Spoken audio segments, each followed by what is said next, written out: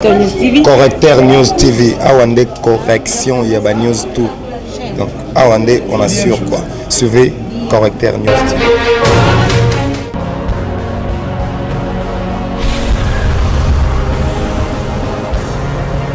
S'abonner massivement. Tu as vu Correcteur News avec Yemoko Krachou. Omoni décoration, c'est le président de la République qui le fait. Opportunité à décorer, c'est le président de la République qui a perçu et il a apprécié à ce pays qui a décoré Bango. Il n'y a rien à faire un débat. Il ne peut pas faire un débat sur les actes du président de la République. Et dans la décision où la Cour constitutionnelle et ni interprétation ni débat parce que dans ce le débat ça va rien changer. Attention que pour lobby aux cour après la Cour constitutionnelle c'est de Dieu et nous ici le premier citoyen de tous les Congolais il a pris une décision. Ce n'est pas mauvais de décorer quelqu'un parce que le pouvoir là est zagayaye. Na uti koye bisayo. Marche est autorisé na constitution. Ils appellent droit constitutionnel. Donc ils ont droit na bango. Ceux qui vont marcher, puisque nous allons contre doit marcher ndeni. Balakisi bisote ndenga nini mbongo et comment na maboko mwana mboka Vital Kamerhe to mbongo mwana mboka Vital Kamerhe à détournant. On nous a pas montré. Les question oyo ça revient à tout moment si l'argent est là qui a kobunga na kati ya mboka. Et puis qui avait détourné et celui qui a détourné il avait reçu combien na moment oyo nana koko pesa biso montant exact oyo mwana mboka Vital Kamerhe a détournant tena bino balandi nyonso to ya Correcteur News TV tozali awa na INC esika awa toyambi mwana mboka Basilo azali membre pe ya INC tokobeta na actualité oyo uti ko dominer tout au long ya semaine. Actualité ça a été dominé par la marche de la Mouka mais aussi à UDPS concernant contestation à Ronsard Malonda na tête ya Seni mais aussi la démission du président de la Cour constitutionnelle et à la dernière minute tokobeta pe masolo ya appel ya procès à mwana mboka Vital Kamerhe bisika wapi tokobeta masolo na mwana mboka Basile o alati teni a o alati teni o bazobenga pièce contre pièce azali pembeni na ngawa mbote mwana mboka mbote ndeko journaliste okoti ko se présenter. Oui, biso ebele bayebi biso komongai kombola ngai mwana mboka Maître Basile nazali communicateur ya Union pour la Nation congolaise ayebani susu mingi na kombo ya fils légitime ya Union pour la Nation congolaise. Merci beaucoup. D'entrée de jeu déjà toi entamé déjà tomoni semaine oyo ba marche ba lamuke salami ba to ba protester contre Ronsard Malonda tomoni même ba militant ba parti misusu ba bimaki notamment AFDC mais INC bino tomona yi binota toloba ki yango to solo ba yango lisusu Union pour la Nation congolaise ezali parti monene na mboka oyo tozali na problème moko oyo ezali ko préoccuper biso makasi ezali arrestation ya mwana mboka Vital Kamerhe yango balobaka soki papa zobela mama zate to papa zate ndako wana ezalaka na malili mingi mais à ce moment-ci oyebisanga te ke soko omonaki biso omona biso te bandeko na biso bazosala musala marche ezali autorisé ezali reconnu na mikanda ya mboka na biso bango baosala mosala na bango coup de chapeau biso na minute oyo la question majeure oyo ezali kotala biso ezali question ya arrestation injuste ou injustement oyo bakangelaki biso mwana mboka Vital Kamerhe. Donc nous sommes vraiment préoccupés na mutuna wana to na likambo wana yango wana ba fixer pe affaire na biso na appel toyebi que tous allons focaliser mingi na question wana mais au monité que wana boko kotisa mwa mobulu po marambo etali mboka mobimbezo kipe parti prité to moni même ba MLC ba telemi ba protester bino bo se focaliser kaka arrestation mwana mboka Vital Kamerhe au monité que bongo bozo sa malamu te mais pourtant bozo préparer ba élection en 2023 bobo ya ba tricherie mais tant bozo la bongo monité que bozo misala mabe ezali te awa toya kosala débat mpo bandimi rosar to baboyi rosar tozali contre rosar te tozali mpe pour rosar te alors te rosar aza mutu rosar aza mutu tokofanda te to banobeta masolo ya rosar donc toza pour rosar te toza mpe contre rosar te toyebisi yo que nous sommes préoccupés na minute oyo na arrestation ya mwana mboka Vital Kamerhe oyo ezali vraiment façon bakangela ye façon azali na boloko ezali vraiment malamu te comme dossier eza en appel nous sommes focalisés kuna biso to estimaka que juge Aliboso alobaka na ye droit te juge ami balé ya koloba na ye droit mwana mboka Vital Kamerhe abima parce que eza na yango malamu te leader lokola munene bongo lokola mwana mboka Vital Kamerhe oyo asala makambo pe ebele na mboka na biso asala pe makambo minene na mboka na biso obakoyi kokende kokotisa ye na boloko kuna te par rapport ya basoupçon par rapport ya bacalomnie par rapport ya bamensonge eza malamu te yango nous sommes totalement focalisés na eloko wana. C'est-à-dire, si on comprend bien, pour le moment, Boza va s'intéresser, tende bango bazo sala ba marche contre Ronsard Malonda Boza pour anate. Nalobi biso do yebisi yo na uti ko yebisa yo. Marche ezali autorisé na constitution. Ils appellent droit constitutionnel. Donc ils ont droit na bango ceux qui vont marcher puisque nous allons contre ba droit marcher ndeni. Ils ont tout ça musa na bango. L'INC ce n'est pas le MLC, l'INC ce n'est pas l'IDPS, l'INC ce n'est pas PPRD, l'INC ce n'est pas tout ça là, mais l'INC c'est l'INC. La question qui nous préoccupe à ce moment-ci, c'est l'arrestation de mwana mboka Vital Kamerhe. Ok, merci beaucoup. Nangi tozo deuxième point. Nangi tozo un peu réaction par rapport à démission ya président ya cour constitutionnelle Benoît Luamba. Au trouvant on dengeni. Bon, question là ezali question à démission a démissionné va démentir. La démissionné est officielle pour dire que le président de la République a officialisé acte. Avant de commencer la démission, il y a eu des lettres qui circulaient. Il y a eu lettre à démission, lettre à démenti, et puis lettre à PV à démission, tu comprends. Alors, biso to kosenga na mokonzi mboka. Asa mokonzi mboka c'est lui le garant de bon fonctionnement de l'institution. Ayeba moyen ya kotala likambo oyo malamu peke ba institution et ba moyen ya fonctionner na lolenge ya malamu to tikoloba awa que ndenge to sa awa na mboka na biso mokonzi saka moko kombo na ye Félix Antoine Tshisekedi Tshilombo ndenge to moni démission na ye.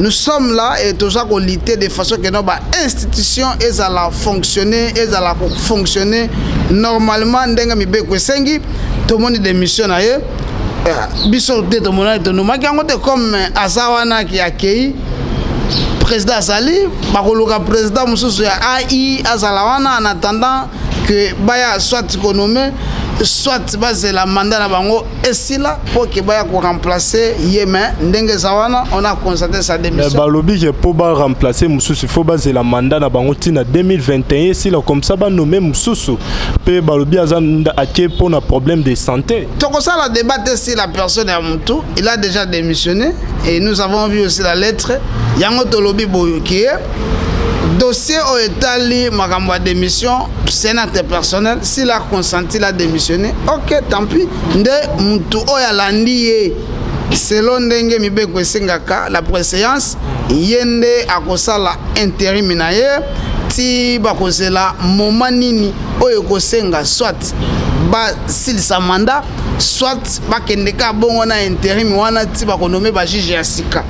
Donc il n'y a rien à faire un débat parce que bazalaka 9 ndenge ya démissionné batikali 8 et qu'on va empêcher bango péter que va fonctionner en attendant que nomination mususu ya to ba remplacer par moto mususu. Bon démission na ye yo trouver en pour na yo trouver en ndenge ni démission et ko fragiliser appareil judiciaire wana te. Te bazalaka 9 et ko fragiliser ba ndeni ezali baza 9 ce que moko ke batikali 8.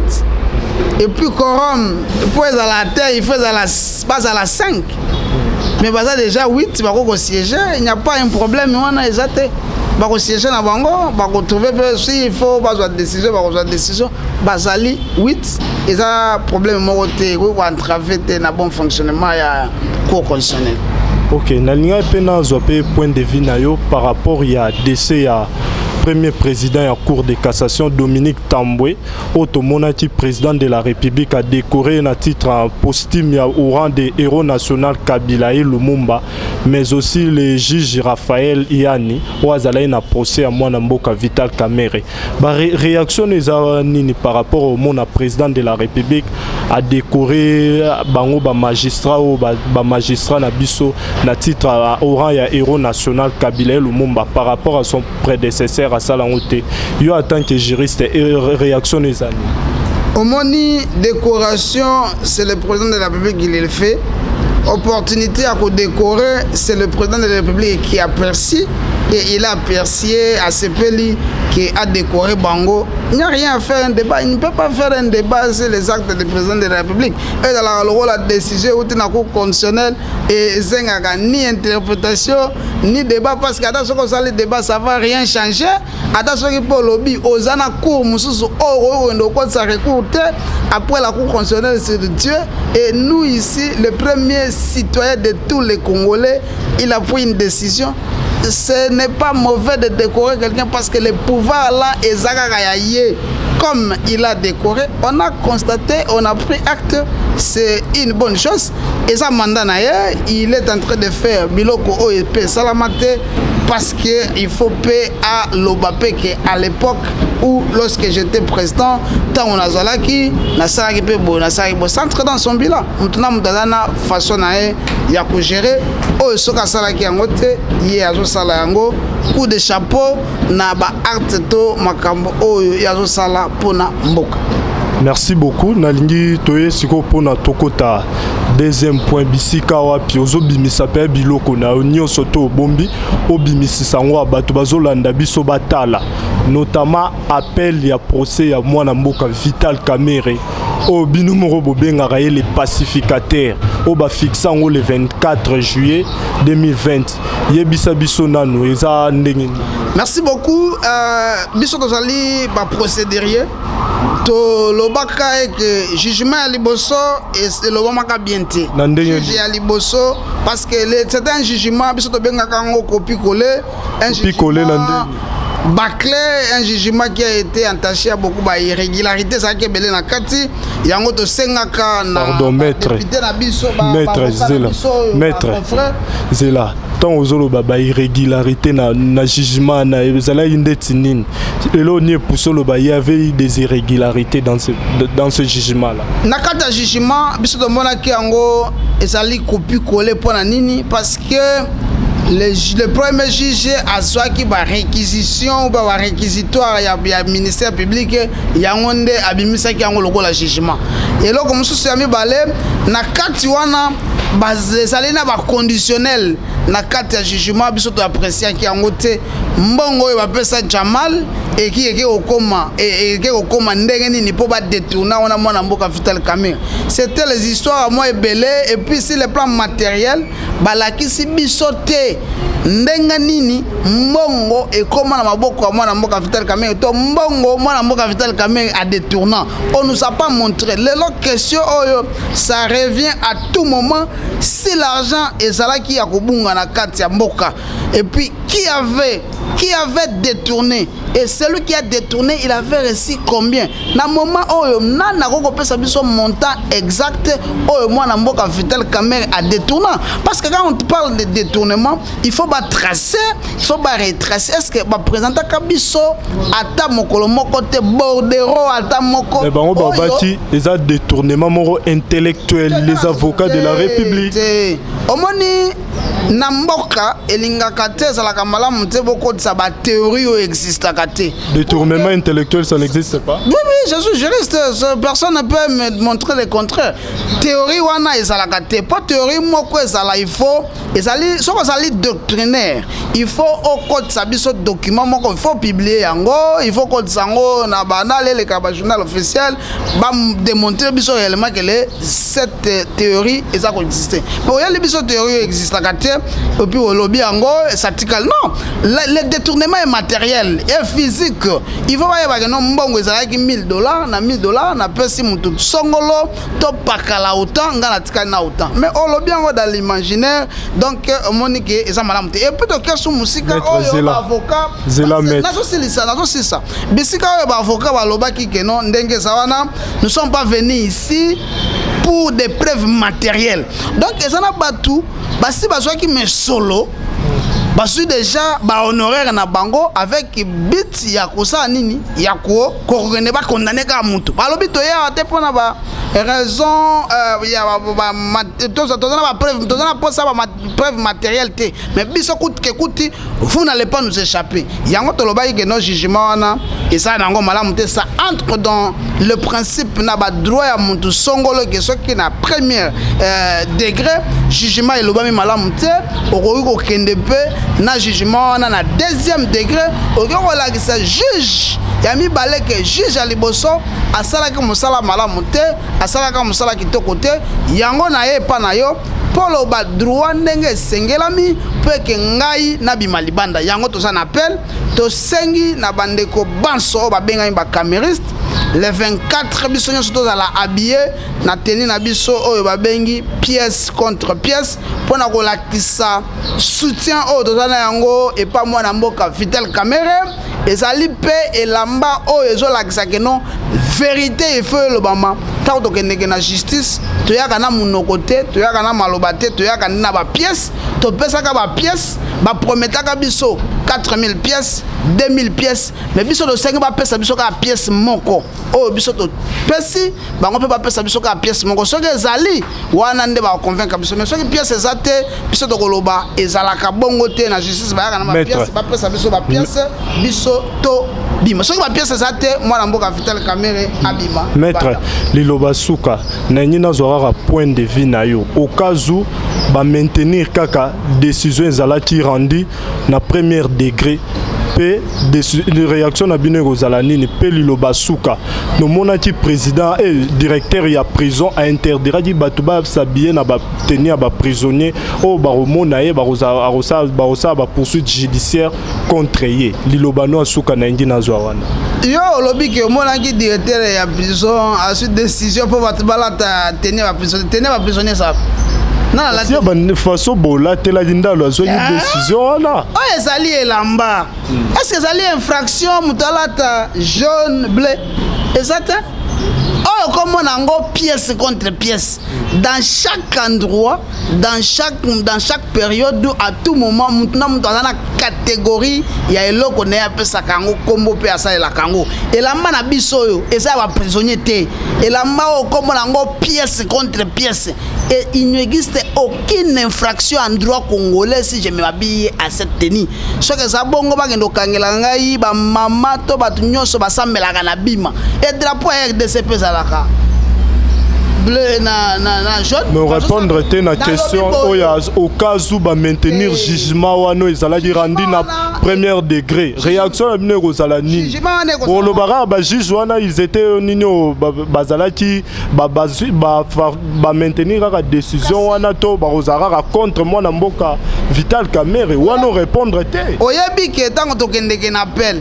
tozalaka na ba élément oyo tozako soulever en principe dossier zongeli na zéro juge pe ya mibale alandaki pe audience ye pe aza mutu biso tozako senga nde ye asemate na ba document oyo ezali na kata mboka na biso entre autres pénal ba document oyo ezali ko réprimander ba infraction na mboka na biso soki esalami bongo wana tokobeta maboko mais aussi longtemps que tina moya lelo baza kopesa biso ata pièce moko te oyo eza kolakisa responsabilité ya mwana mboka Vital Kamerhe na détournement ya misolo eza te ntango tokendeke na justice tokendeke na munoko te tokendeke na mulimu te tokendeke mpe na butu te tokendeke na moi na ba pièce yango biso tolobi pièce contre pièce nous vous donnons les faits le juge doit nous donner que les droits il doit dire les droits conformément aux droits congolais qui dit l'infraction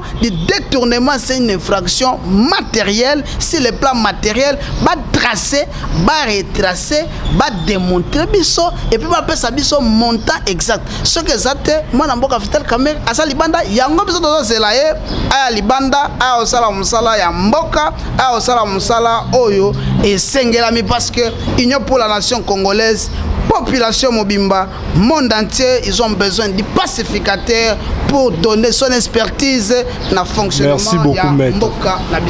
Merci beaucoup, Ezalaki Bino, Oya Bino, un présentateur, Kevin Bouyi. Merci beaucoup, Nabalandinho, surtout à Corrector TV. Bozana Mboka, États-Unis, Bozana Durban, Bozana Cape Town, Bozana France, Bozana Finlande. Napesi Bino, merci. O Bozwa Kili Baku ya Kolanda, chaîne Nabino Corrector News TV, Oye Kangi Masolo, Naba chaîne tout ya YouTube.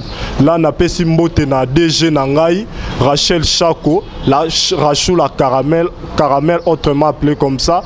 Mais aussi Dieudonné Maweja et aussi Jiken.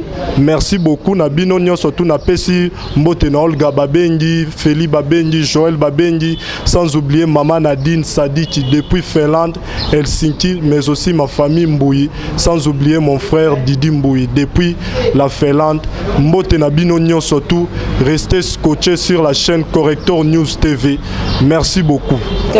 Corrector News TV, Awande correction, Yaba News tout. Donc, Awande, on assure quoi. Suivez Corrector News TV.